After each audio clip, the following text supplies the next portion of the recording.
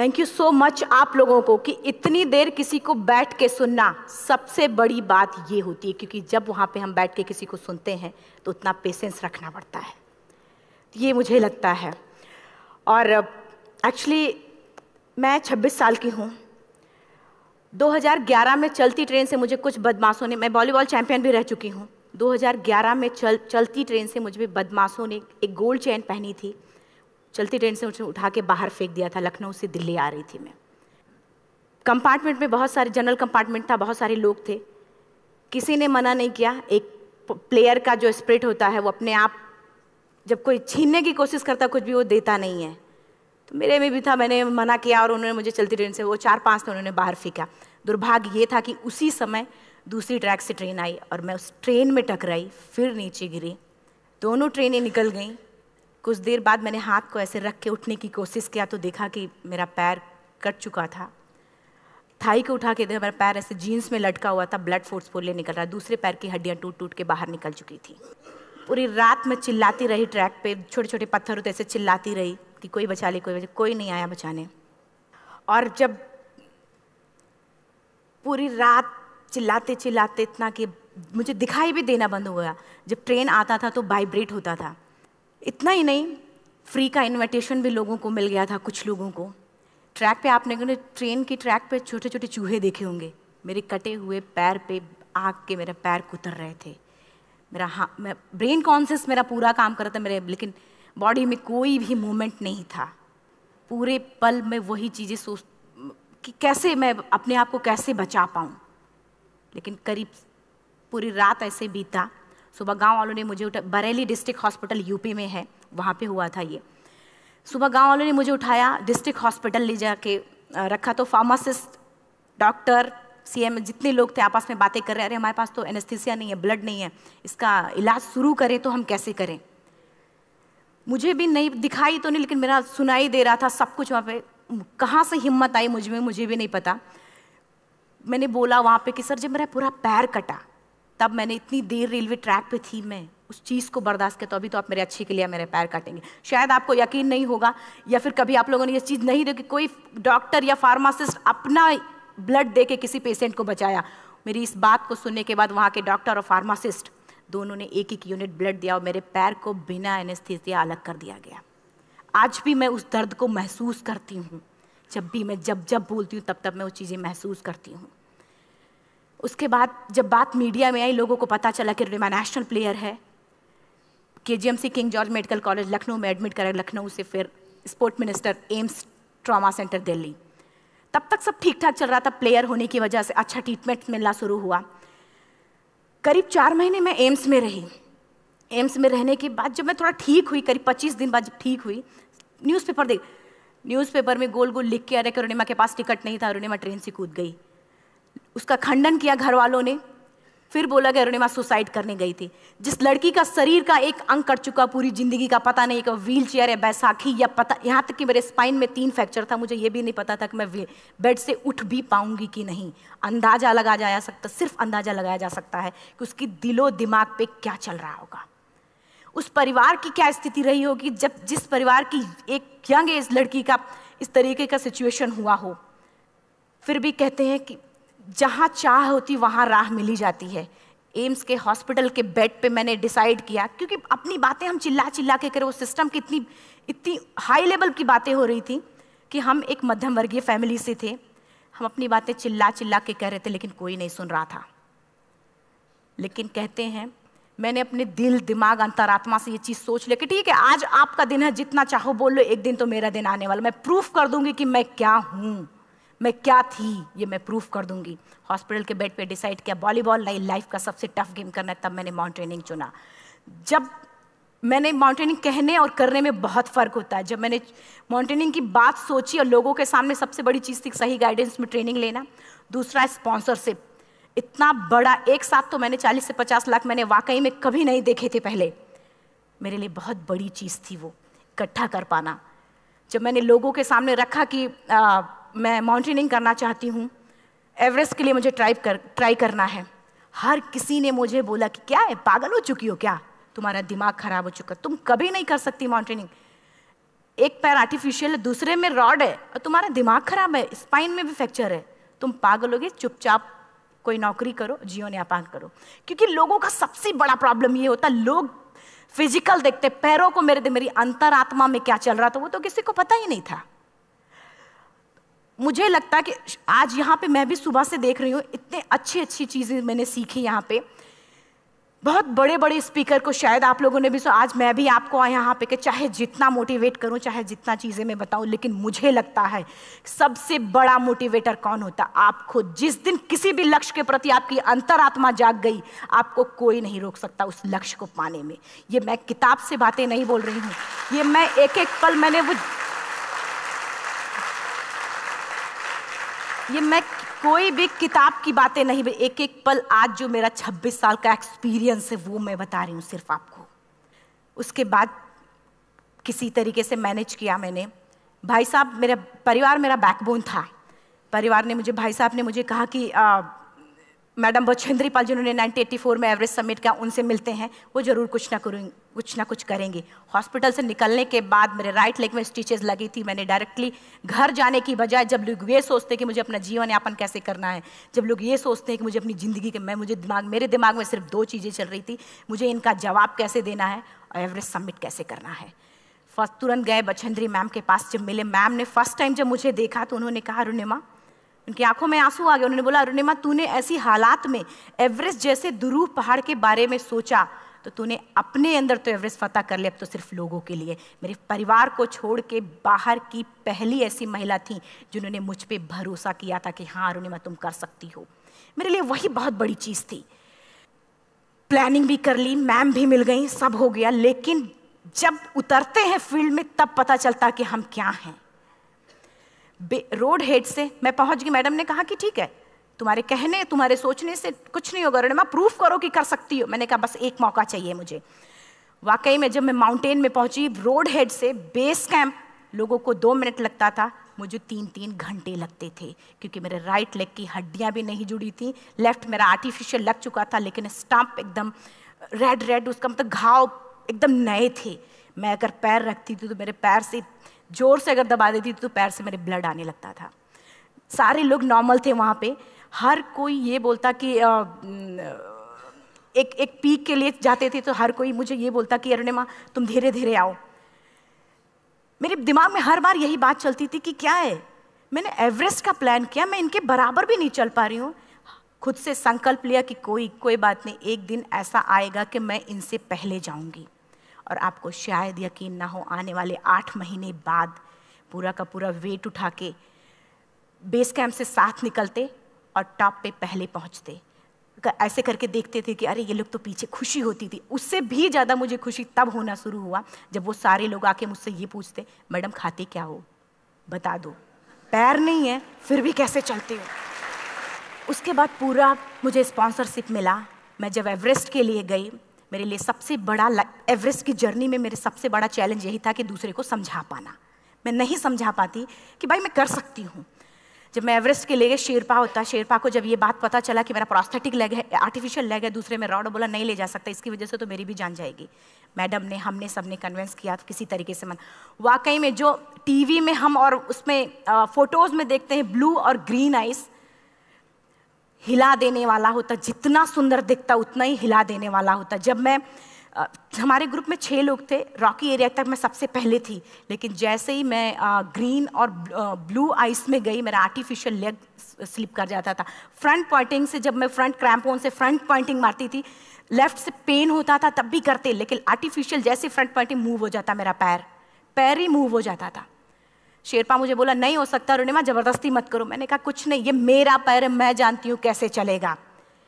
Finally 1, 2 बार, 3 बार करने, 4 बार, 5 बार whole हो जाता था। आइस थोड़ा टूट के निकलता था तो मैं वहाँ पैर रख के जाती थी। कैंप 3 तक ठीक था, प्रॉपर एक्लेमेटाइज किया अपने आप। कैंप 3 तक जनरली गए। बात जब कैंप 3 के ऊपर की होती है, साउथ कोल समिट, अच्छे माउंटेनियर, अच्छे दिलेर के हौसले धरे के धरे तब रह जाते हैं जब अपनी आंखों के सामने किसी को मरता देखता है, और दिमाग में बात, जब जिसको डिसीजन मेकिंग, और जब दिमाग में बातें जब ये आने लगती हैं कि अरे जिस चीज़ के लिए हम जा रहे हैं उसी चीज़ के लिए आदमी मर रहा है, इसी चीज़ के लोग लिए मर चुके हैं। रात में क्लाइंबिंग, ज़्यादा से ज़्यादा माउंटेनिंग रात में की जाती है क्योंकि वेदर शांत होता है। जब मैं रात में निकली साउथ कोल से, कैंप 4 से, मेरी हेडलाइट जिधर ही हेडलाइट जा रही थी उधर ही डेड बॉडीज़ मुझे नज़र आ रही थी। मेरे रोंगटे खड़े हो रहे थे, मुझे समझ में नहीं आ रहा था कि मैं करूं तो क्या करूं। इतना ही नहीं, मैं जिस रोप में थी उसी रोप में जब मैं आगे जा रही हूं और एक बांग्लादेशी, उनका हाथ हल्का हल्का ऐसे हिल रहा, मुंह से आवाज आ रही थी। मैं एक्सप्लेन नहीं कर सकती मुझे कितना डर लग रहा था। बार बार ये बार बार मन में आती, इसका ऑक्सीजन खत्म हुआ है, ये मर चुका है लास्ट सिचुएशन में, और हम कुछ नहीं कर पा रहे हैं, क्या करें। उसके बाद मैंने 10 से 15 मिनट सिर्फ मैं वहाँ खड़ी रही। मैंने सिर्फ इतना बोला कि अगर आप सभी में से सभी ने एवरेस्ट सबमिट कर लिया तब तो ठीक है, अगर नहीं सबमिट किया है मैं सबके लिए एवरेस्ट सबमिट करूँगी और जिंदा वापस जाऊँगी। क्योंकि जैसा हम सोचते हैं हमारी बॉडी उसी तरीके से जनरेट करना शुरू करती है। मैंने डेड बॉडी, क्योंकि जा ही नहीं सकते थे किनारे से, उसी रोप में वो एंकर है, डेड बॉडी को लांगी और लांग के जाना शुरू किया। हिलेरी स्टेप साउथ समिट के करीब जब मैं खुद पहुंची, मेरे शेरपा ने एक जोर से झटका मुझे दिया कि अरुणिमा वापस चलो, तुम्हारा ऑक्सीजन खत्म हो रहा है। हिलेरी स्टेप के बाद एवरेस्ट समिट है, थोड़ा चलने के बाद एवरेस्ट समिट है। अगर कोई आपसे ये बोले, आप अपने टारगेट के इतने करीब हो, अगर कोई आपसे ये बोले कि अरुणिमा वापस चलो, कैसा लगता है? मैंने भी यही बोला, सर क्या बोल रहे हो आप, मैं नहीं जाऊंगी वापस। बोला अरुणिमा जिंदगी रही, दोबारा ट्राई करना और एवरेस्ट समिट हो जाएगा दोबारा तुम्हारा। मैंने कहा नहीं, ये आप जिंदगी में गोल्ड चांस बार बार नहीं आते, लाइफ में कभी कभी आता है, ये आपके ऊपर आता, आप उसको पकड़ के रखते हो या फिर छोड़ देते हो। मैं अपना गोल्ड चांस कभी नहीं, क्योंकि मैं जान रही थी मुझे स्पॉन्सरशिप बहुत मुश्किल से मिला, एक बार अगर मैं छोड़ देती दोबारा मुझे कभी नहीं मिलता। मैं बहुत अच्छी तरीके से जानती थी। मेरा फाइनली मुझे बछेंद्री मैम ने भी एक बार बात समझाई थी, मेरी माँ ने मुझे एक बात बताया था कि लाइफ में कभी कभी सिचुएशन ऐसी आती है जब सिर्फ आप अकेले होते हो, डिसीजन सिर्फ आपको लेना होता है। जहां पे भी होना, खड़े होकर हल्का सा पीछे मुड़कर देखना और ये सोचना कि आप एक एक कदम चल के यहां तक पहुंचे हो, सिर्फ अपना एक कदम आगे बढ़ाना, तुम देखना कुछ देर बाद तुम टॉप पे होगी। मेरे दिमाग में उनकी बातें वीडियो की तरह चल रही थी और सिर्फ एवरेस्ट का टॉप चल रहा था। मैंने शेरपा को पहले कन्विंस करने की कोशिश की कि भाई चल, कुछ नहीं होगा भाई चल। फाइनली जब वो नहीं माना, मैंने एक कदम आगे बढ़ाया, डिसीजन लिया कि नहीं, जाना ही जाना है। आगे बढ़े, करीब 1 से 1.5 घंटे बाद मैं टॉप पे थी। और इतना ही नहीं, आज भी मैं जितनी बार बोलती हूँ उतनी बार मैं महसूस करती हूँ, मेरे रोंगटे खड़े हो जाते हैं, मेरा दोनों हाथ ऊपर करके जोर जोर चिल्लाने का मन कर रहा, कितनी जोर से चिल्लाऊं कि सबको बता दूं कि आज मैं टॉप ऑफ द वर्ल्ड पे हूं। उन लोगों को बता दूं जो लोग ये सोचते हैं, लड़की, दूसरे विकलांग, तीसरे मिडिल क्लास में, जो लोग एक बार हार के फिर दोबारा लड़ना नहीं चाहते, जो लोग हारने के बाद सोचते हैं कि हम दोबारा कुछ कर नहीं सकते, उन लोगों को मैं चिल्ला चिल्ला के टॉप से बताना चाहती थी कि नहीं, आप सब कुछ कर सकते हो। सिर्फ एक सोच की विकलांगता, हैंडीकैप आदमी यहाँ से होता है, यहाँ से नहीं। अगर यहाँ से जो आदमी विकलांग है तो नॉर्मल आदमी भी विकलांग है, जो अगर यहाँ से विकलांग है। चिल्ला चिल्ला के मैं बताना चाहती थी। मैंने शेरपा से कहा कि आप एक फोटो खींच लो, क्योंकि सारे लोग फोटो, अपना नेशनल फ्लैग का जो वैल्यू होती है ना, वो जो हम कहीं बाहर होते हैं तो पता चलता है। मुझे भी बहुत खुशी हो रही थी, फ्लैग को हग किया और बोला फोटो खींचो। बोला पागल हो गई है, तेरा ऑक्सीजन कभी भी खत्म हो जाएगा, नीचे चल। नहीं, फोटो खींच लो। फोटो खींचा उसने। वो तो अगली बार इतना तेज गुस्सा हुआ, मैंने उसको बोला कि भाई वीडियो भी बना ले। 8848 की हाइट पे ऑक्सीजन खत्म हो रहा है, आज हम भी हंस रहे हैं आप लोगों के साथ क्योंकि यहाँ पूरा ऑक्सीजन है। और 8848 की हाइट पे जब मुझे शेरपा, कोई भी शेरपा को बोलेगा भाई वीडियो बना, तो परेशान हो जाएगा, पागल हो चुकी क्या, तुम मर जाए, यहाँ मैं जा रहा हूँ नीचे। मैंने कहा नहीं, कुछ नहीं होगा, आप बनाओ वीडियो। किसी तरीके से मैं 4-5 पेयर बैटरी रख के लेके गई कि डिस्पोजल कैमरा, एक अलग कैमरा की, मतलब एक नहीं काम करेगा तो दूसरा करेगा, प्रॉपर प्लानिंग से। शायद आप लोग भी सोचो कि वाकई में लड़की को इतना बड़ा रिस्क लेने की क्या जरूरत थी, कि जिंदगी कभी भी जा सकती थी इसकी। लेकिन मैंने वो रिस्क लिया क्यों? क्योंकि मैं चाहती थी, कहीं ना कहीं से मेरे भी दिमाग में ये बात आ चुका था कि मैं जिंदा वापस ना जाऊं। मैं चाहती थी कि अगर मैं जिंदा ना जाऊं तो ये वीडियो मेरे इंडिया शेरपा से मैंने यही बात बोली, ये वीडियो अगर मैं जिंदा नहीं जाती हूँ, ये वीडियो मेरे इंडिया पहुँचा देना, मेरे यूथ तक चला जाएगा। क्योंकि मैं चाहती थी कि 11 अप्रैल 2011 को मेरा एक्सीडेंट हुआ, 21 मई 2013 10:55 पे मैं टॉप ऑफ द वर्ल्ड पे थी। ऑलमोस्ट 1 से 2 साल के अंदर कैसे यहाँ से मैंने ये चीज़, मैंने कभी भी कामयाब होने के, मेरी वो जिंदगी बन चुकी थी, मेरा जुनून बन चुका था, मेरा पैशन मेरा जिद बन चुका था। वो मेरा सोते उठते बैठते सिर्फ मुझे एवरेस्ट दिखाई जाए। और मुझे लगता है किसी को भी अगर अपना लक्ष्य पाना है, यहाँ से अगर वो पागलपन जब तक नहीं आएगा तब तक नहीं होगा। वो फाइनली उसने वीडियो बनाया। आप बोल रहे फटाफट रुनिमा नीचे भागो। जब मैं टॉप पे थी तो कुछ लोग और भी थे, लेकिन 10:55 पे मैंने एवरेस्ट समिट, 11 बजे के बाद अगर कोई अटैम्प्ट करने की कोशिश करता है उसको सुसाइड अटैम्प्ट बोलते हैं। जैसे ही मैं नीचे चलना शुरू की, मैंने कहा भाई हाँ चल नीचे चलते हैं।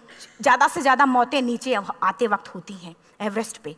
जब मैं नीचे आ रही हूँ, थोड़ा दूर ही मैं नीचे चली थी, मेरा ऑक्सीजन पूरी तरीके से ख़त्म। सिर्फ अंदाज़ा लगा सकता कि जब ऑक्सीजन ख़त्म हुआ क्या परिस्थिति रही होगी। मैं ऐसे नीचे गिर गई और शेरपा मुझे बोल रहा कि रुनिमा मुझे यकीन नहीं था कि तू एवरेस्ट सबमिट कर पाएगी, लेकिन फिर भी तूने किया। मैं चाहता हूँ कि रुनिमा जिंदा चल, तू वापस उठ, खड़ी हो। मुझे खड़ा करने की वो कोशिश कर रहा था बार बार, मैं खड़ी नहीं हो पा रही थी, वाकई में दम ही नहीं था। लेकिन फिर भी कहते हैं कि जैसे हमारे नियम होते हैं वैसे ऊपर वाले के भी नियम हैं। उसकी लिस्ट में जब मेरा नाम नहीं है तो वो मुझे नहीं ले जा सकता। अगर दूसरी चीज़, मेरा कॉन्सेप्ट एकदम क्लियर हो चुका था। जब रेलवे ट्रैक पे मैं थी, रेलवे ट्रैक पे 7 घंटे में पड़ी थी, 49 ट्रेन अप डाउन हुई थी, तो मेरा कॉन्सेप्ट एकदम क्लियर हो चुका था। इसका मतलब है कि ऊपर वाले ने अगर मुझे कुछ बचाया है तो कुछ ना कुछ इतिहास रचने के लिए बचाया है। मैंने पॉजिटिव तरीके से सोचा। और उसी समय एक ब्रिटिश क्लाइंबर नीचे से ऊपर आ रहा था और उसके पास 2 ऑक्सीजन, तो उसने एक को वहीं फेंका और दूसरे को लेके नीचे जाना शुरू किया क्योंकि वेदर ख़राब था। मेरा शेरपा मुझे एंकर किया और जाने लगा नीचे, और वो फटाफट उसको लेके आए, मुझे लगाया। उसने बोला रुनिमा तू बहुत लकी है कि तुझे यहाँ पे ऑक्सीजन मिला है। वाकई में ऊपर वाला भी चाहता है कि तू जिंदा रहे। वो मुझे बार बार लकी लकी बोल रहा था। शायद आप लोग में से भी कोई होगा कि जो लक और भाग्य जैसी चीज़ों पे यकीन करता हो, या पता नहीं भी। मैं किसी की भावनाओं को ठेस नहीं पहुंचाना चाहती, लेकिन मैं इन किसी भी चीज़ों पे भरोसा नहीं करती, क्योंकि मेरा मानना है कि लक भी उसी का साथ देता है जिसके अंदर जीतने का जज्बा है। अगर आपके अंदर जीतने का जज्बा नहीं है, चारों तरफ सिर्फ बहाने होते हैं, सिर्फ बहाने, इतना सारा एक्सक्यूज़ होता है। शायद मैं भी अगर वापस आ गई होती तो मैं बोल देती मेरा ऑक्सीजन खत्म है, कोई मुझसे पूछने ना बछेंद्री मन, ना मेरा परिवार, कोई भी मुझे पूछने नहीं आता। लेकिन क्या कभी मैं अपने आप को समझा पाती? कभी नहीं। फाइनली जो भी था, लक भाग्य किस्मत में नीचे आ रही थी, बहुत खुश थी। माउंटेन, डेड बॉडीज, मेरा शेरपा, ये लोग थे। मैं किसी से शेयर भी नहीं कर पा रही थी कि अरे मैंने एवरेस्ट सबमिट किया, किसी से शेयर भी नहीं कर पा रहे थे। फटाफट मैंने नीचे हील मार के, हमारे से हील मार के नीचे आ रहे थे। एकाएक मेरा प्रोस्थेटिक लेग, पूरा का पूरा लेग ही निकल गया। -60 डिग्री तक टेम्परेचर डाउन हो जाता है एवरेस्ट पे। मेरा हाथ वगैरह ये सब ऐसे मूवमेंट, ऐसे मुड़ नहीं रहा था, ब्लड निकलने लगा था, ये सब यहाँ तक। मुझे शेरपा से मैं बोल रही हूँ कि ऑलरेडी मेरा पैर कटा हुआ है, अगर दिमाग में ये बात है कि मेरा हाथ भी काटना पड़ेगा, कैसा लगेगा मेरा दिमाग। क्योंकि ये ऐसा मूवमेंट, रेड 3 स्टेज होती हैं। रेड मेरा हो चुका था, रेड, ब्लैक, ब्लू, ब्लैक हो तो काटना पड़ेगा। तो बार बार मैं बोल रही हूँ शेरपा से कि भाई हाथ मेरा कुछ हो रहा है, इसमें मूवमेंट नहीं हो रहा है, यहाँ सबसे ब्लड हो रहा है। बोला रुनिमा कुछ नहीं, जितना नीचे जाएंगे उतना अच्छा होगा। प्रोस्थेटिक लेग मेरा निकल चुका है, मैं रुकी हूँ, मेरा ऑक्सीजन चल रहा, बड़े मुश्किल से, लक भाग्य किस्मत जो भी था मुझे मिला था। शेरपा मेरे आगे है, लास्ट मोमेंट तक वो मुझे बोलेगा, अगर वो मैं नहीं चलती वो मुझे छोड़ के चला जाए। गलती उसकी भी नहीं होती, क्योंकि वो क्या करे, क्लाइंबर की वजह से, या तो अपनी जान वो भी दी, गलती उसकी भी नहीं है। लास्ट में मेरी आंखों से आंसू निकलने लगा। मैंने सोचा क्या करूं अब, रोने अपने आप आंसू ने कहीं ना कहीं से आ ही जाता है। दूसरे पल मुझे समझ में आ गया कि रोने धोने से कुछ नहीं होगा। मैंने आंसू को पोंछा और रोप, जो मेरी रोप थी, रोप को पकड़ा, दूसरे हाथ से आर्टिफिशियल लेग को, पैर को घसीट के चलना शुरू हो गया, क्योंकि मेरे पास यही था। ये तो दूसरा था, गिव अप कर दो ही चीज़ थी। पैर को घसीट चलना शुरू हुआ। कुछ दूर नीचे चलने के आने के बाद रॉक था, उसमें घुसे, पैर को खोला, सही किया, फिर नीचे चलना। Camp 4 to summit to camp 4 3500 feet है, और इसमें टोटल जनरली लोग 16 से 17 घंटे में सबमिट कर लेते हैं। मुझे टोटल 28 घंटे लगे थे। हर माउंटेनियर, चाहे बाहर का या फिर इंडिया का, हर किसी ने ये मान लिया था कि अरुणिमा जिंदा वापस नहीं आएंगी। हर किसी ने ये चीज़ मान लिया था। लेकिन मुझे लगता, जब मैं वापस साउथ कोल पहुंची, जब मैं टेंट का जिप खोला, मैंने हर किसी ने कहा कि अरे तू यहाँ है, हम तो सब सोच लिए थे तू चली गई। हर किसी ने ये बोला था। फिर सब खुशी मना रहे थे हम सब। देखिए, ये सब बताने का मेरा सिर्फ एक मकसद था कि सब कुछ हम में है, हम जैसा चाहें वैसा कर सकते हैं। ऑलरेडी टाइम हो चुका है। मैं एक चार लाइन की पंक्ति सिर्फ बोलूँगी। मैं एक्चुअली, मेरा एम है कि मैं वर्ल्ड के जो कॉन्टिनेंट हैं, कॉन्टिनेंट के हाईएस्ट पीक समिट करूं। एशिया का एवरेस्ट हो चुका है, अफ्रीका किलिमंजारो हो चुका है, यूरोप का एल्ब्रुस हो चुका है। 23 नवंबर को मैं जा रही हूँ ऑस्ट्रेलिया हाईएस्ट पीक के लिए। बस आप लोगों की गुड विशेस चाहिए। और 4 लाइन, अभी तो इस बाज की असली उड़ान बाकी है, अभी तो इस बाज की असली उड़ान बाकी है, अभी तो इस परिंदे का इम्तहान बाकी है, अभी अभी मैंने लांघा है समुद्रों को, अभी तो पूरा आसमान बाकी है। Thank you so much, thank you.